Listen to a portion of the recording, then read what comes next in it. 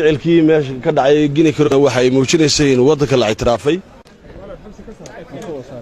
waxaanu Guinea ayaa ugu horeysa oo safaaradoodii dhulkii aanu ku wareejin doonaa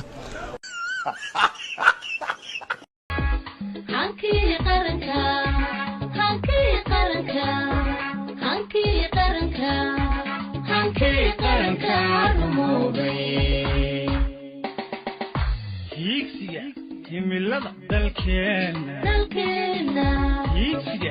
himilada dalkeena ayaa ka tubtisa haysta tirkiyadooga iftimay hawada uduga nasaqday midhaha hoobanta hawstay ilaa cirka ku hooray ilaa cirka ku hooray